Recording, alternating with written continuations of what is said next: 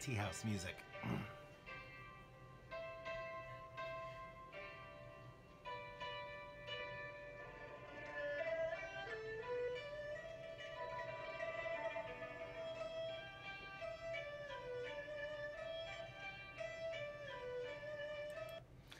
Well, you get the idea. So we're talking about tea today. It's tea time, I guess. So tea, and I don't know how they figure out these things, but is apparently the most widely consumed beverage on Earth after water. It's the primary drink of practically all Asia, as well as the former British Empire, including India, Australia, New Zealand, Canada, much of Africa. And in Europe, on the whole, and the US, tea may be second fiddle to coffee, but the history of tea is actually a lot longer and in many ways more interesting. Let me tell you what it is and how it's made. First, tea is basically just a leaf, that's it, from a tree, the evergreen Camellia sinensis bush that thrives at fairly high altitudes, that's 6,500 to 9,800 feet. So you need mountains, you need the right kind of weather. You need a good teacup too, apparently. So it's native to the borders of China and India, as well as northern Burma. You find this shrub grows there. Or to be more specific, it's the region of Assam in northeast India and Yunnan in southeast China. So the so-called China bush, there's two different kinds, is about 3 to 10 feet high. So you can actually just pick it by hand seasonally, when the buds come out. The Assam is a little different. It grows in the hotter, more jungle-like conditions, and it's more of a tree. It's got a thicker trunk, and it can be picked almost continuously. You just keep picking leaves off of it. And it's what usually goes into black tea. If you see that, there are many, many different types of tea, each of which is said to express the unique terroir of the estate where it's grown. Very much like wine, the flavor of the place will come through in a tea very, very decisively. And the flavor is also, of course, dependent on the method of processing. There are many different types of tea depending on how it's made. And it's really in the processing that the major distinctions arrive. Theoretically, you could make any type from any kind of fresh camellia leaf. But let's start with Chinese tea, because that's where tea originates. And to this day, most tea in China is actually quite unlike what you'd find in, say, a tea bag in Western cultures. We are normally drinking black oxidized tea. It's not fermented. That's a misnomer. People often say it's fermented, which would require bacterial action, or at least most tea is not fermented. It's just oxidized. But in China, tea is more often green rather than this oxidized kind, or it's even white, which means it's not really processed much at all. It's just dried. Much more delicate, aromatic, very subtle drink. It is never taken with milk.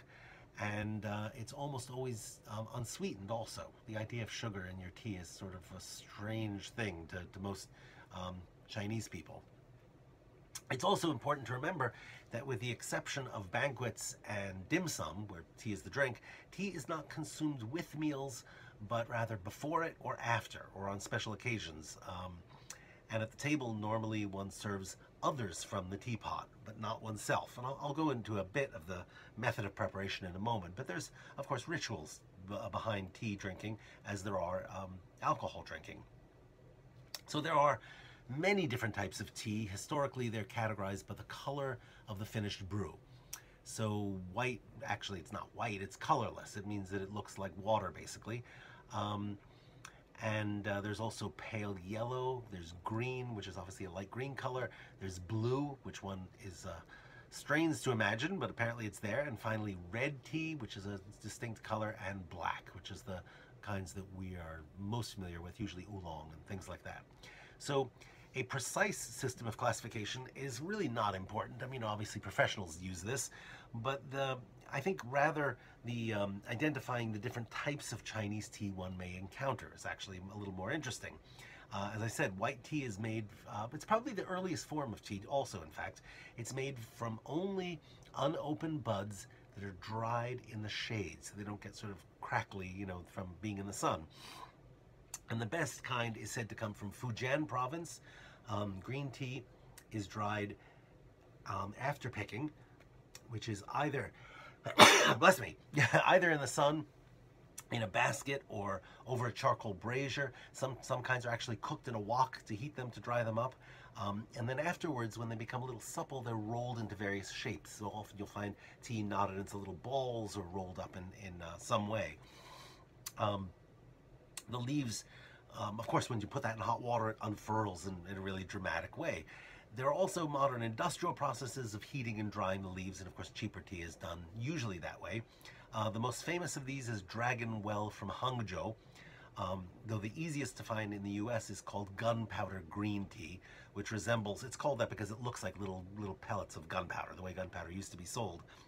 There's also oolong, or actually in Chinese it's wulong, another type of tea made from whole leaves, which is semi-oxidized, processed in long and very, very complicated procedure.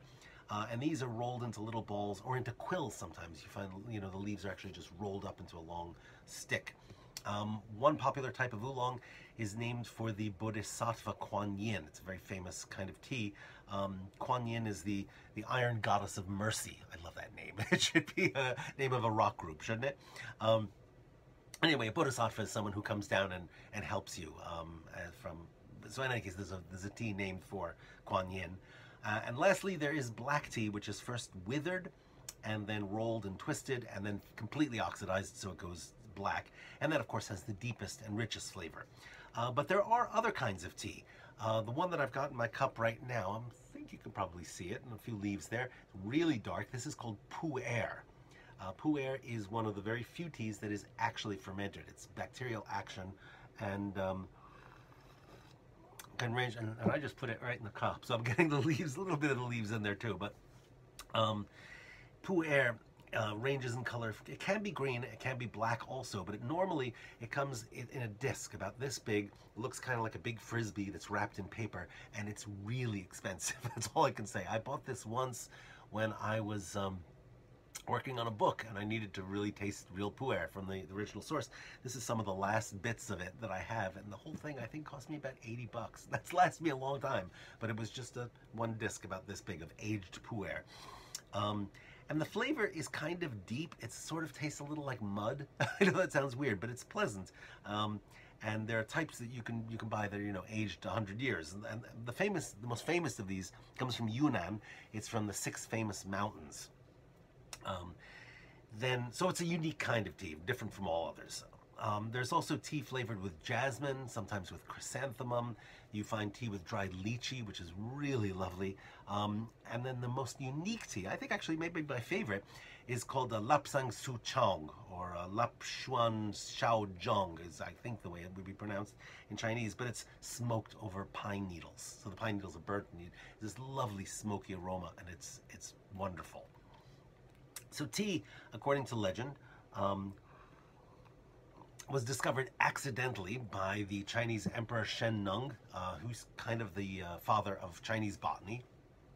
He's said to have lived around 2700 BC, so he's kind of semi-mythical. I don't know how to say that, but it's and apparently he was drinking a cup of hot water, and the leaves of the Camellia sinensis, sinensis incidentally means Chinese in Latin, plant fell into his pot of water, and he said he tasted this and he loved it so much that he said he was going to include it in his list of wonderful medicines. And he's in fact one of the 3 celestial emperors who, the Yellow Emperor, who invents medicine, and Shen Nung, who's the father of botany and invents agriculture. So tea is there, at least mythically, from the very beginning of domestication of plants and agriculture. The actual, and of course its real use to start with is medicine. Notice that it's there in pharmacy. So the real origins of tea are of course unknown. There's no historical records of its use that far back, but there are records that go back to about 1000 BC. So of all the things we're talking about, tea ranks really, really far back, and probably gained popularity in China with Buddhism. Of course, as caffeine is an aid to staying awake, and Buddhist monks are said to have used this to concentrate because of the caffeine content, of course. So by the 1st century BC, it's recorded thoroughly. It's already by that point completely familiar in China, And by 53 BC, the holy man Wu Lizhen is said to have planted a tea garden on Mengding Mountain in Sichuan, and it's still there. It's still revered as the 7 tea trees garden, and it's recorded as being there. So it's almost 2,000 years this plantation has been there. Tea was also adopted by Taoist sages. Taoism is another kind of religion in China that was very interested in longevity, and so they decided that tea would make you live longer, and that's why they offered it as a drink. Thereafter, they start cultivating it throughout southern China. It became the drink of choice, and there are, in fact, poems written celebrating tea and describing its cultivation, such as the best thing ever written about tea is the Classic of Tea, written by the scholar Lu Yu, and that's in 780 in the Tang Dynasty. So we're talking, you know, the Middle Ages, around the time Charlemagne is living in China. They're writing elegant poems about tea. So this is, and at this point I should mention that the tea they're consuming is green tea. It's not black or fermented yet. So let's talk a little bit more about Lu Yu, L-U-Y-U, that's how his name is spelled.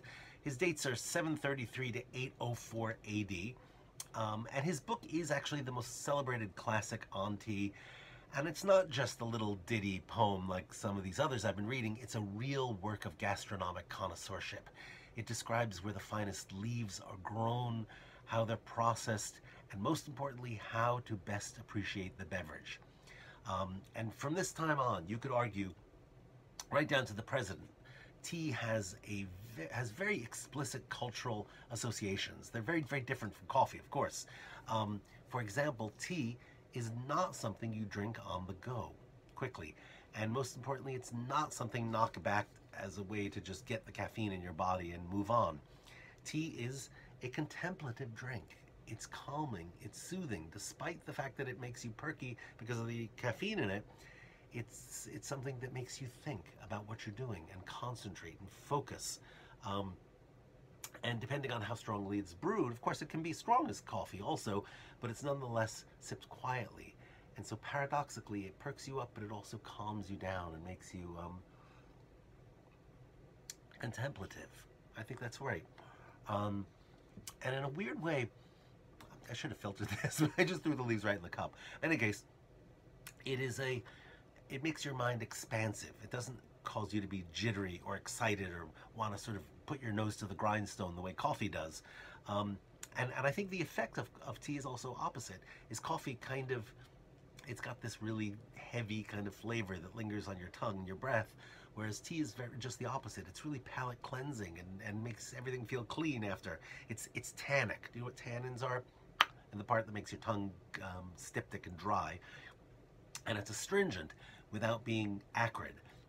Tea is also very aromatic. You get this wonderful, my cold, I can't smell anything, but and it stimulates your appetite in a way that coffee doesn't. Coffee kind of dulls your appetite. And it is a drug that awakens your senses gently. And Lu Yu insisted that by drinking tea, you could achieve inner harmony. I think he's right. And I think there is probably no other drink, including wine, that has such elaborate rituals and implements and ways of consuming it. And of course the Japanese tea ceremony I'm sure you're familiar with, but there are many, many others that prescribe the ritual behavior of consuming tea to make it optimally relaxing and contemplative. So let's have Lu Yu speak for himself. And I guess I'll read you a selection in class. Maybe I won't do that here, but there is a modern edition of it you can find fairly easily. And I'll bring it into class and read it there. So, but let me continue with this. So from China, tea spread fairly quickly to Korea and Japan, and drinking there developed into a very formalized ritual involving specialized utensils, involving a solemn space that is presided over by a person called the tea master. And it's intended to be a meditative experience that involves all the senses. And the ceremony can last up to an hour or so. In Japan, green tea was normally made from powdered leaves, and it still actually is there today. The Zen Buddhist priest Saicho is said to have introduced it to Japan in 815, who then planted it, the seeds for the emperor. So tea has been in Japan a very, very long time. During the Song dynasty, the emperor Huizong, which is the 1100s, instituted royal pottery works to make specialty cups out of porcelain that are celadon, and this is something like the color of celadon. It's this kind of green, or dark glazes that have patterns in them that look sometimes like rabbit fur, or look like oil spots have dribbled on it. So there's some really remarkable sort of aesthetic effects that take place, or sometimes an iron oxide. Actually, I could show you this other. I made all these. This is why I'm always showing this. This is an iron oxide glaze, which turns reddish.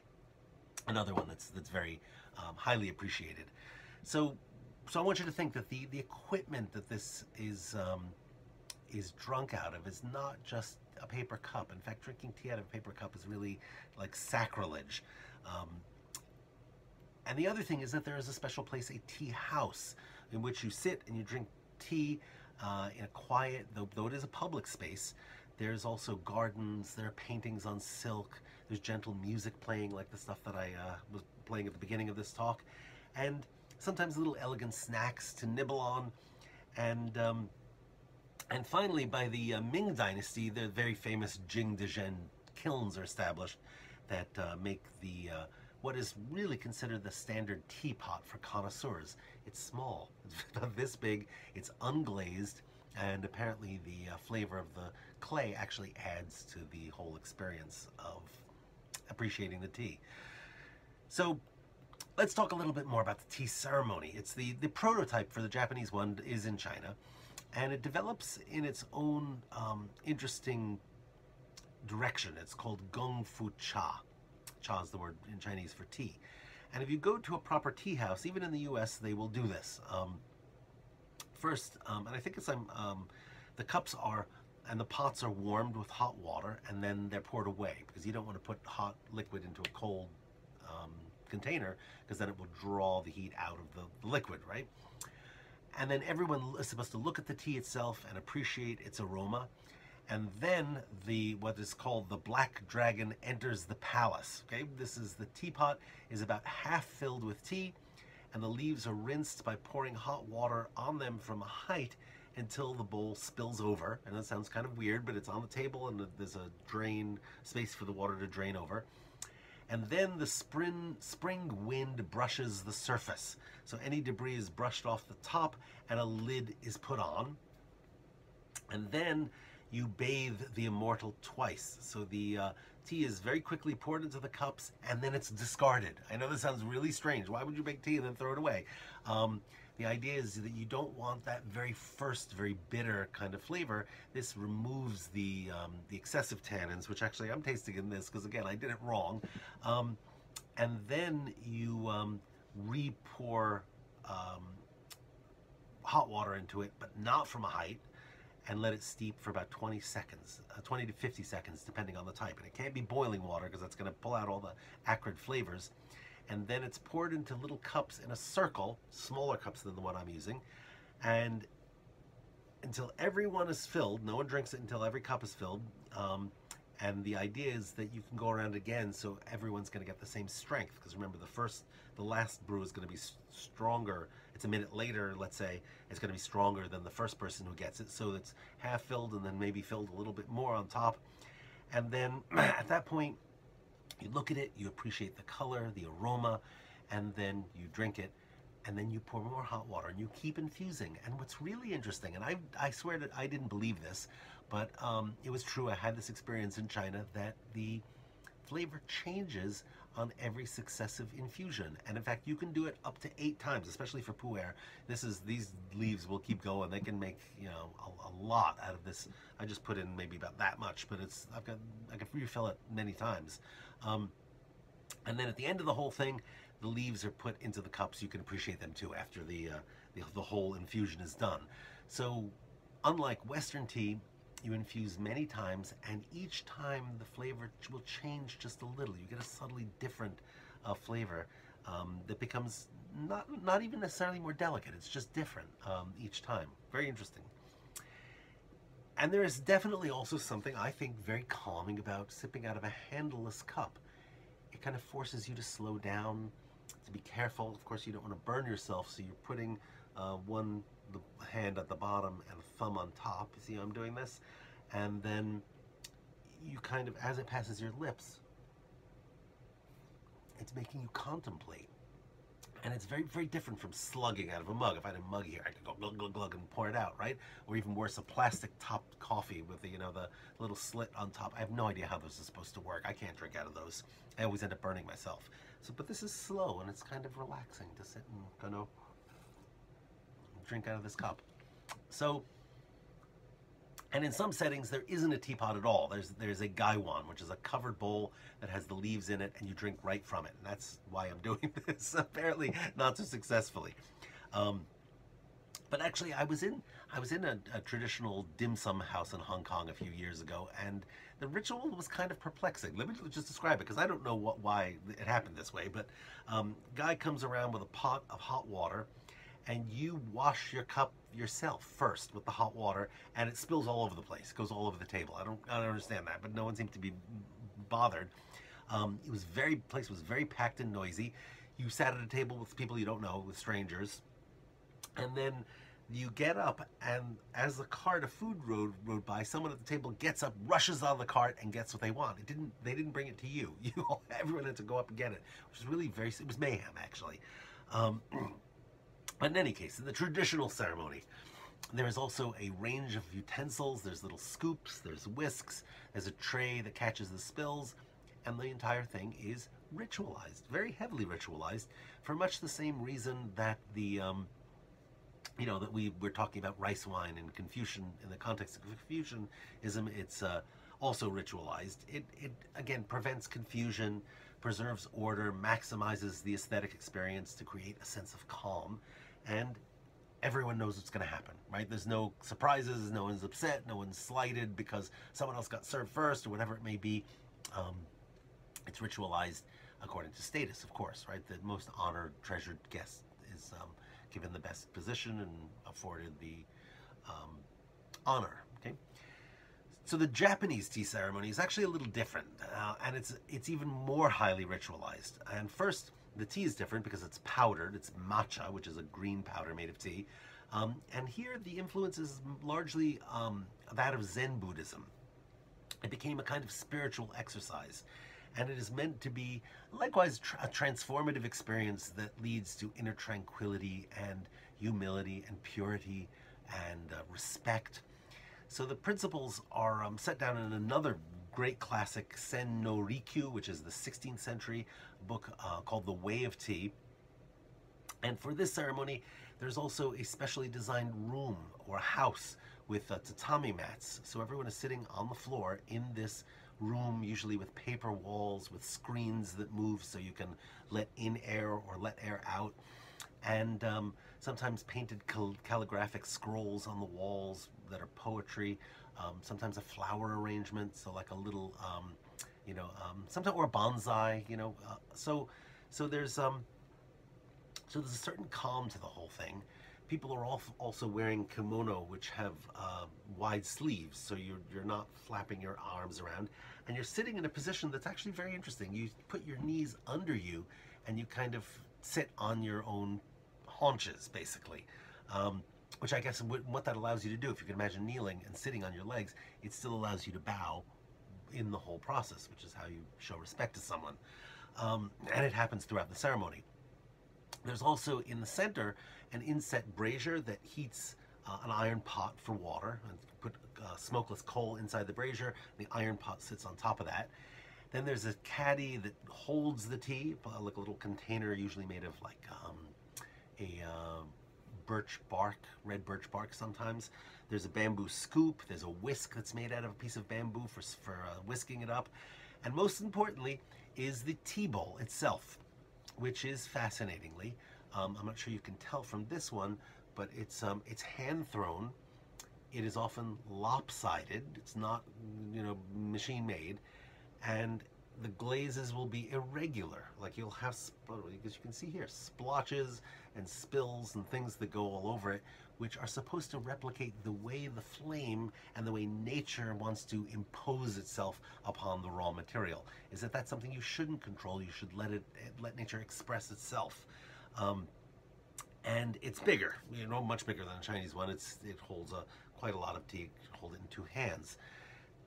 And the idea is to get you to contemplate that there are beautiful irregularities in nature, and obviously they're replicated by humans in this form, but it is a completely different aesthetic than the Western pottery and our whole idea of mass-produced, stamped-out mugs, and everyone is exactly the same, right?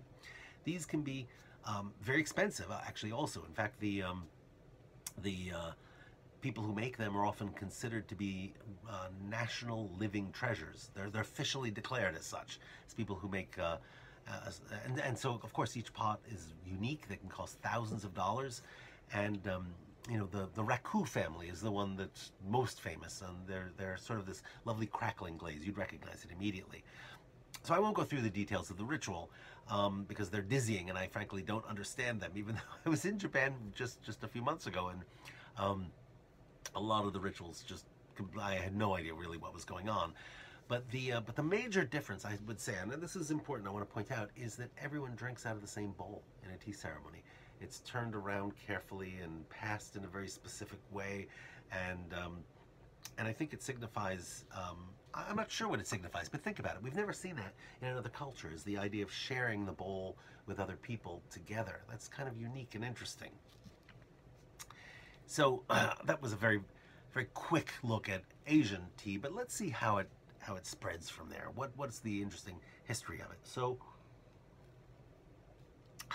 the leaves have sunk down now. Now I'm happy. So it was in the 16th century that tea became known to Europeans, particularly after the Portuguese go around the southern tip of Africa, all the way to India, and all the way to China in ships, setting up a trade route directly, and of course cutting off the spice trade and the route that would have brought tea across the Silk Route, right, overland from China. And even the ocean routes that the Arabs controlled, this now circumvents all of that.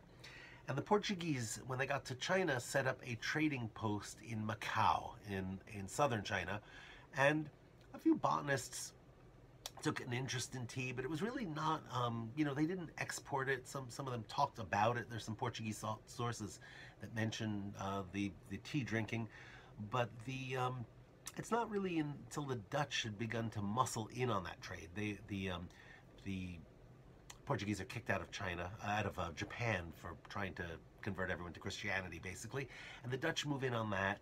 They move in on much of the Asian trade, especially in the 17th century, and they are the ones who first figured out that it was that they could sell this to Europeans, right? The Portuguese didn't think of that. They were thinking of articles of trade, but not tea. They just didn't think Europeans would drink it. The Dutch did. And I have an insight to give you about the Dutch in a weird way. If you know anything about Amsterdam, you'll know that it is a place of remarkable vice. What we would consider to be vice. Marijuana is legal and sold in shops everywhere. Prostitution is legal. You can walk in and see ladies in the red light district selling sex. And what struck me as really kind of interesting is the Dutch themselves don't do these things. They will be happy to sell vice to you, but they're actually themselves very sober and very straight-laced. And that's always been the case, that they would sell spices to other people. They didn't really use them much in their cuisine. They'd sell tobacco. Great tobacco comes from Bali, and they'd sell coffee from Java, but they don't do the vices themselves too much. And so they're interested in just selling stuff, right? If they can sell it, they will, but not necessarily use it themselves.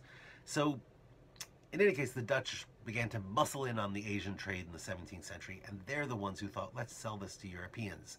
And it was specifically an oxidized black tea they exported because they believed that would withstand the long ocean voyage and the changes in temperature and humidity, and they're absolutely right about that.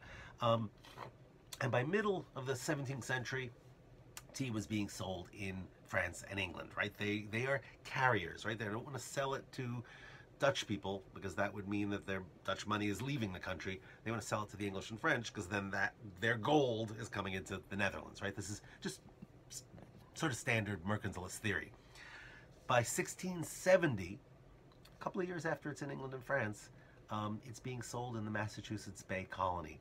And in the ensuing years, New Amsterdam, they're selling tea. This is, of course, New York now. And Philadelphia, there's tea trade. What they were selling is both green and fermented black tea by this point. And Europeans, for some reason, thought they were separate species. I'm not sure why that happened, but like most drinks in this era, tea stimulated enormous medical controversy. Some physicians claimed that it was a panacea. That means, it's good for all ailments. Others insisted that this was a wasteful luxury and that its astringency would dry the body out and would have perilous effects on you. And of course, people, ignored their physicians and drank it for pleasure. But physicians, again, tried really hard to claim tea as a medicine. Okay? And of course, it had been in China for a long time. So let me talk about the greatest proponent of tea in Europe. This is a guy named Nicolas de Blegny. It's a weird name, but it's Blegny. He wrote this book called Le bon usage du thé, du café et du chocolat pour la préservation et pour la guérison des maladies. The use of tea, coffee, and chocolate for the preservation and for prevention of sicknesses.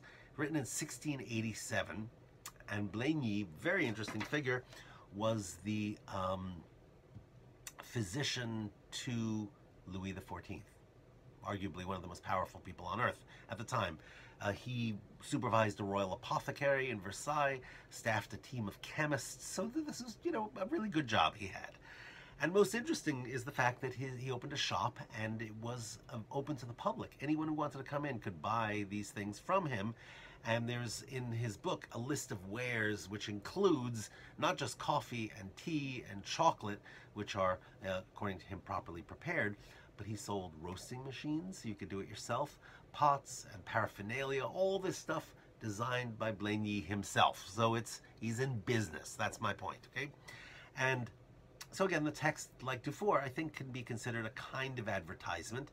And it's not perhaps surprising that Blegny goes much further than Sylvester Dufour in claiming the wondrous effects of the beverages that he has for sale. So let me start with tea, as Blegny does. And he says there is a great distinction between the greener and darker varieties. There's a big difference between Japanese and Chinese tea, and he actually prefers the former. He likes Japanese better. And he says how to distinguish the best is by leaf size and color and the way it's rolled and so on and so forth.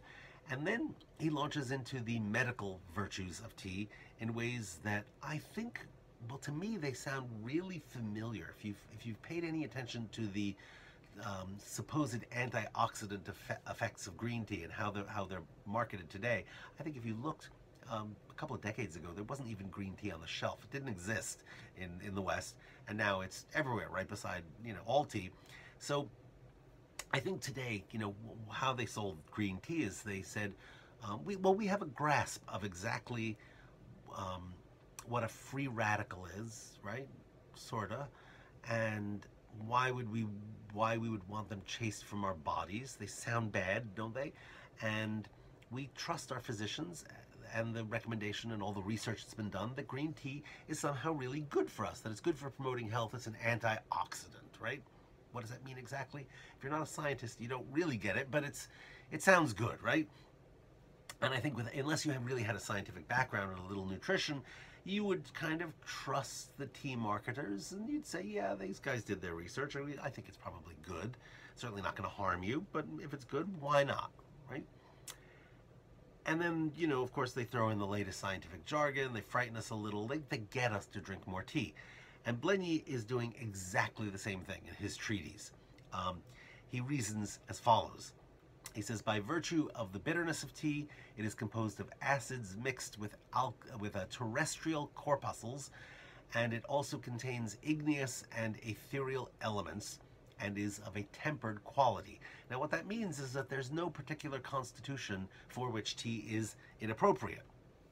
And this kind of information, I think, is added in a calculated way to satisfy most people, because most people are still thinking actually in humoral terms of nutrition. But he also wants to impress people with the latest, sort of scientific sounding terminology. So he's using the theory of corpuscles, which is coming out. Remember, this is the scientific revolution, after all. And he argues that tea has something for everyone. He says that its alkalis will absorb excess humidity, its styptic and astringent qualities will fortify various parts of the body, it will tone you up, make you stronger, right? And its volatile spirituous elements are useful for repairing dissipated spirits. In other words, it's going to perk you up and make you vim. Okay, is that a great word? And not to be outdone by other vendors, he also devised various chemical compounds based on tea. They're kind of like tea pills, if you want to think of it that way. They are an essential salt that he obtained by burning, boiling, filtering, evaporating, and then drying the tea. So he got it into another kind of caffeine pills, if you want to think of it that way. And he also uses this essence in syrups. He has a tablet form, as I said, which seems to be, he also says that this is a kind of instant tea. You can take it out, a dose of it out into the field with you and just mix it into cold water. So it's kind of like instant iced tea, if you want to think of it that way, if you really need a dose. Something that also enjoyed a very brief vogue, though I swear I've never done this, he smoked tea also. He said this is something useful that fortifies the brain. It can't be that good, because I've never heard of anyone ever doing it again.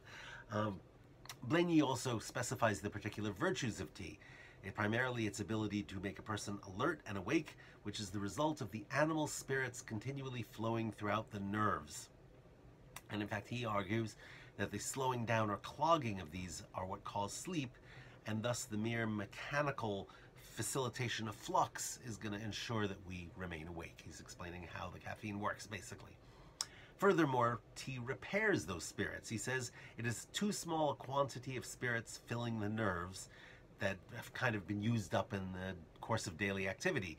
So normally one would only wake up once all of those phases of digestion had restored the nourishing spirits in your body, and that would give you, energy and volition and allow you to move around. But he says that this is, in a sense, gives you the possibility to be awake and alert without having gone through that whole process of converting nutrients into energy. So that's why it perks you up. He says tea's astringent qualities quell unnatural fermentations in the body and prevent all variety of gross vapors from obstructing the nerves, and thus it aids digestion. It dries up superfluous humidity that causes crudities in the stomach. And he's arguing a lot like Dufour here, actually. He says because it's diuretic, makes you sweat, it is a blood purifier, and Blaney sells a syrup that he calls sirop de febrifuge. It's meaning it's going to chase away fevers. And he says you could mix it with wine, you could mix it with opiates. It's going to be really lovely and stimulating. And the logic, of course, is that fevers are the result of well, maybe not, of course. Maybe this isn't obvious to you. The fevers are the result of blockages in the body that have corrupt matters accumulating and fermenting. So if you can flush those out of your body with something that's diuretic, it's really good for you. It's going to flush out that and prevent it from rotting, let's say. It scours the body's passages, gets everything flowing again, if you want to think of it that way. It's kind of like antioxidants, right? It chases away those free radicals. He also made an essential oil of coffee for hysteria. And I should mention just briefly, hysteria is, the word hyster, of course, means womb. Hysteria is a wandering womb. So in women, it kind of dislodges and goes throughout the body. So if you take his oil of coffee, it'll bring it back into place. It's also good for tumors, hypochondria, colic, gout, rheumatism, scurvy, and migraine. Very interesting, because again, it's still used for migraines. Coffee, or the medicinally concentrated versions, are good for apoplexy, that's a stroke, paralysis, lethargy, vertigo, catarrh, frenzy, flux, and childbirth, because I'll quote here, it carries spirits across the genital parts such that women have no remedy more prompt or more assured than this drink to facilitate childbirth. You take a lot of tea and baby's gonna pop out. There are also simple stomach upsets, constipation, and even, he says, good against insomnia. Okay, so I guess he says it dissipates vapors that cloud the brain when the spirits are agitated. The one that I think my favorites, though, among this whole list of his specialty caffeinated medicines, he has a fat-free chocolate, which I find amazing. This is 17th century.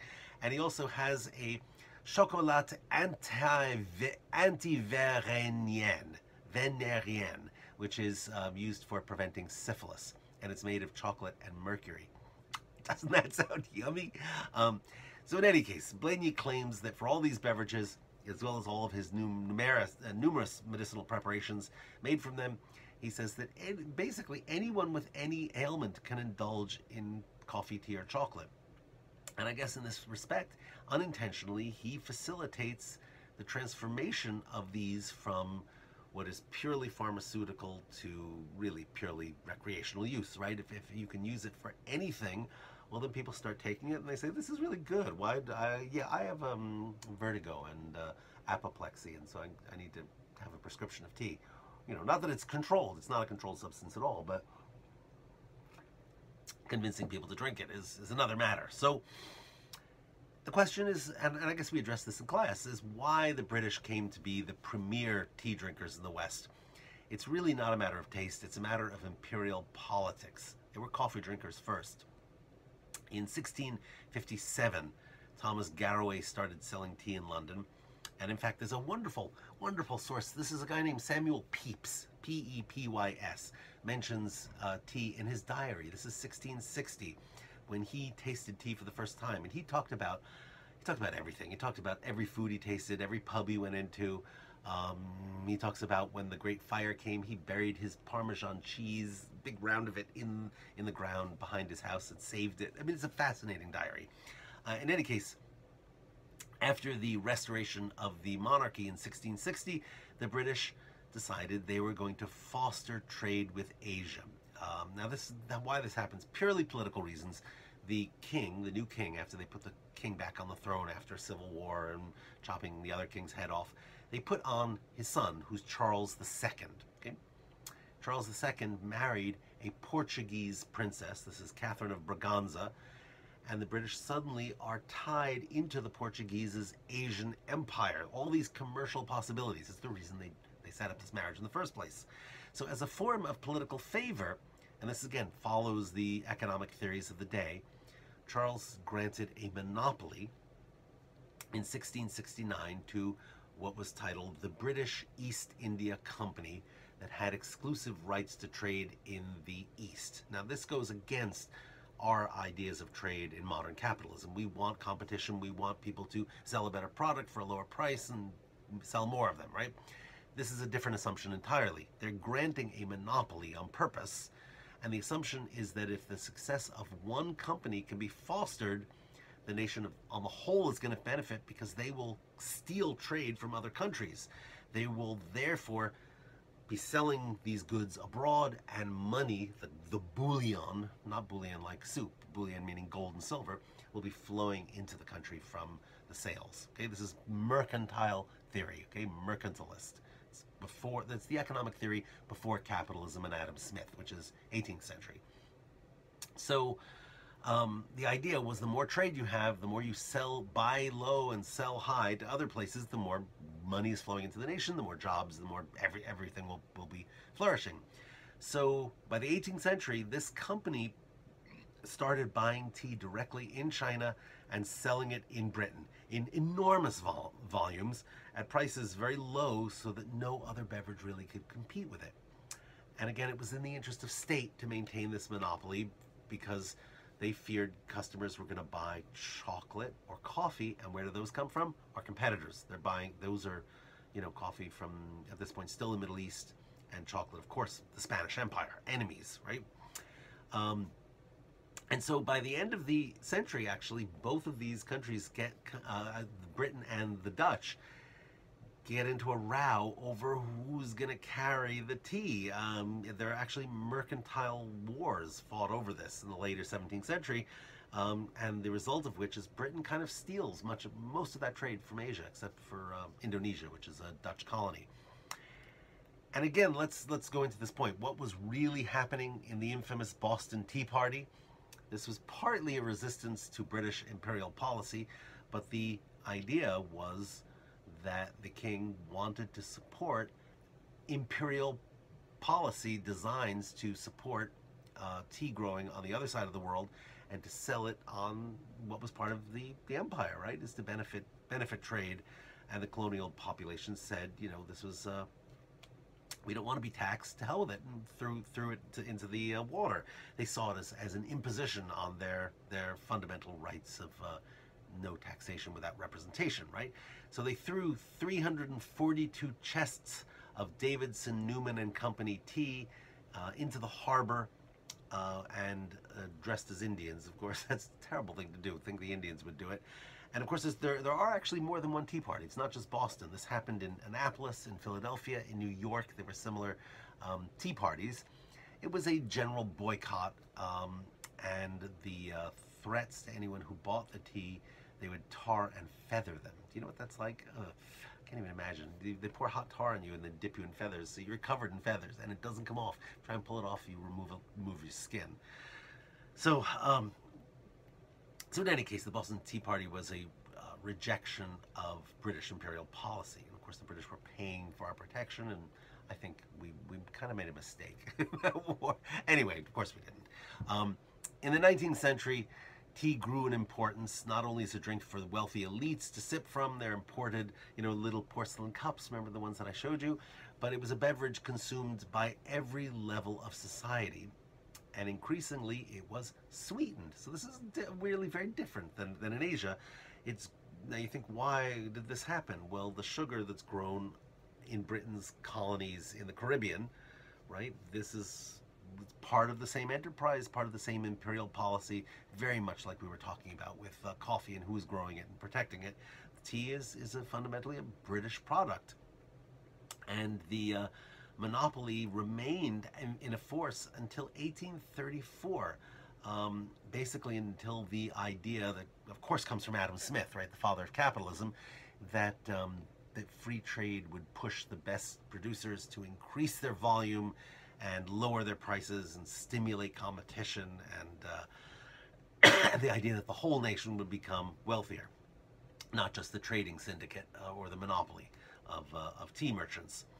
So only in the 19th century is that monopoly broken. Only in 1849 are the Mercantilist Navigation Acts repealed. And you know what the Navigation Acts are? Basically that only British goods can arrive in British ships to colonial ports. You couldn't buy from the Spanish or the French, because the assumption again is the money is going elsewhere. That's not repealed until 1849. So ultimately what happens is when these break up, competitors spring up everywhere, and further complicating what had become really a global trade network. Britain's colonies, I should mention something else. Britain's colonies in India were mostly growing opium at this point, right? Remember the Opium Wars? Well, we haven't got there yet in the course, but we will.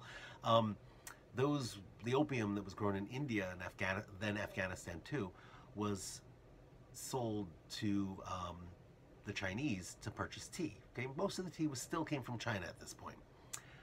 The Opium Wars happened between 1839 and 42.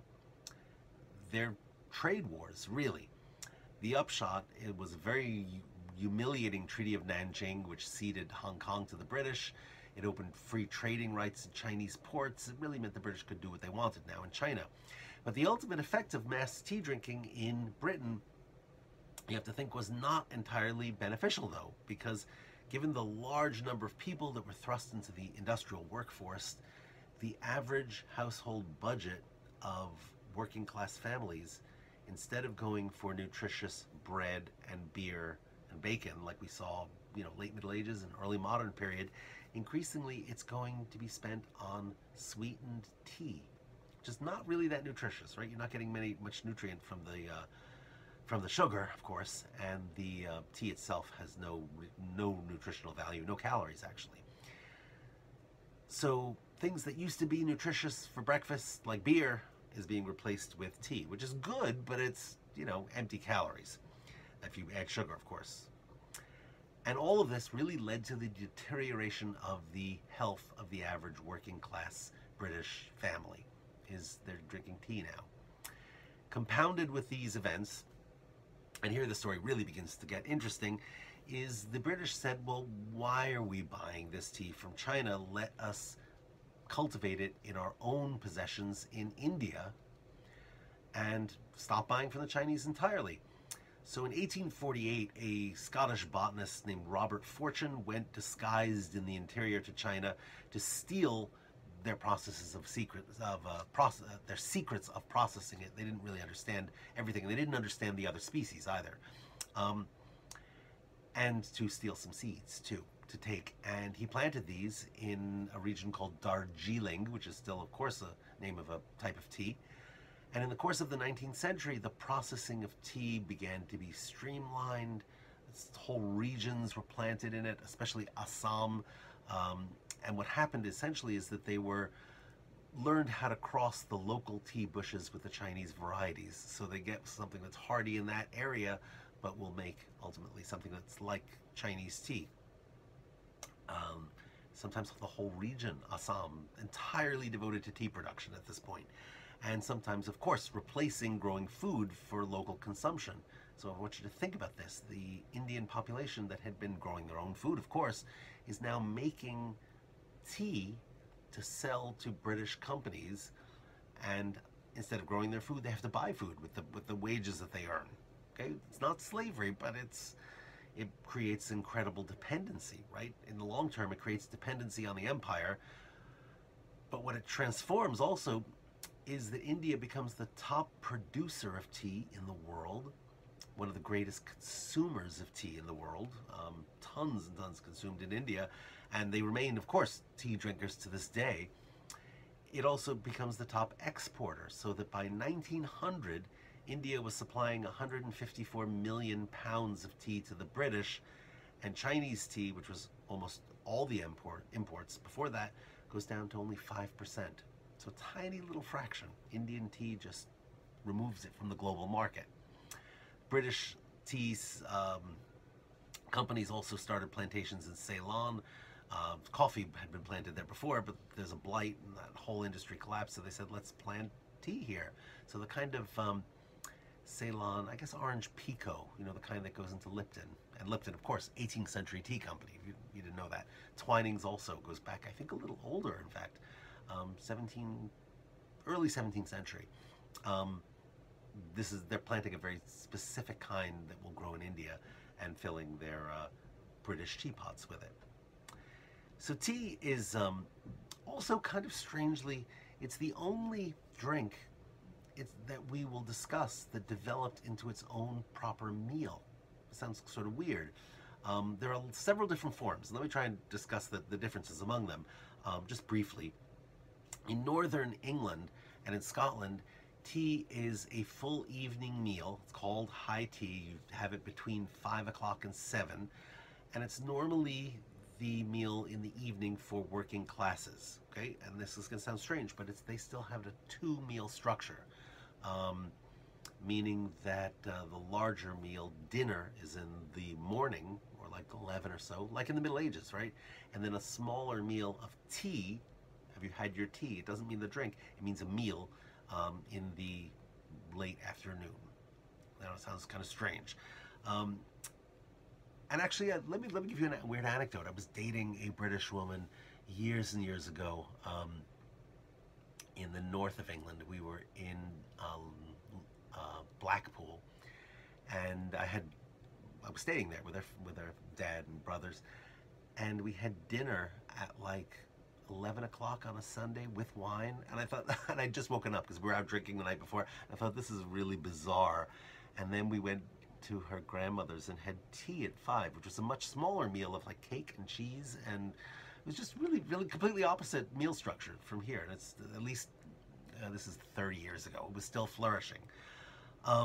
So the other kind of tea, very different thing, originates in the 1830s popularized by Anna, who is the 7th Duchess of Bedford. This is in the lower part of England, which takes place between 4 and 6 and is observed mostly by the wealthy. And this happens before dinner. It's a separate meal that happens a few hours before.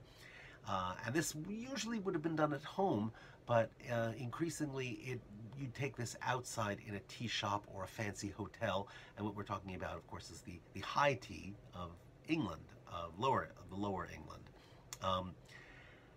And what you get here is a very specific kind of meal. It's got little sandwiches that are made of cucumbers or salmon or sometimes a ham with the crust cut off, of course, and little dainty bits.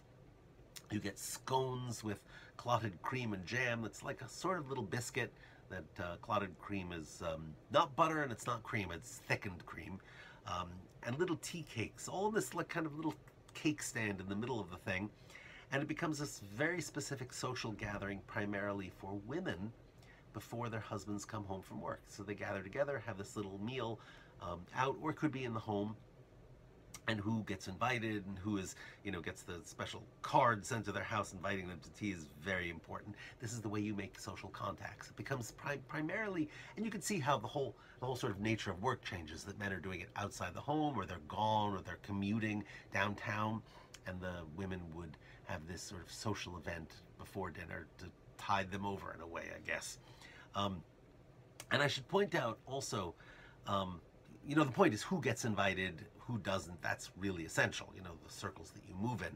But I want to mention that the British put cream in their tea, and there are violent disagreements about whether you do that before you put in the tea. These are pre-lactarians, to those who put it in after, who are post-lactarians. And people are serious about this. The idea is that hot tea would actually scald the cream if you put it in first to change the flavor, so they only put it in after. And some say, well, this is dumb because if you pour the tea in, you don't know, you might not have enough room for enough cream and it would overflow, or you wouldn't get a full cup if you hadn't put it in, so it's kind of hard to judge. It makes sense to pour in a small amount of cream first and then the tea after. So this is what they have to do to take seriously, right? This is and needless to say also, an extraordinarily formal etiquette reigns here too, especially in the Victorian era, when who pours the tea and who pours for whom and who serves whom is actually very very formally ritualized, for reasons that of course are embedded in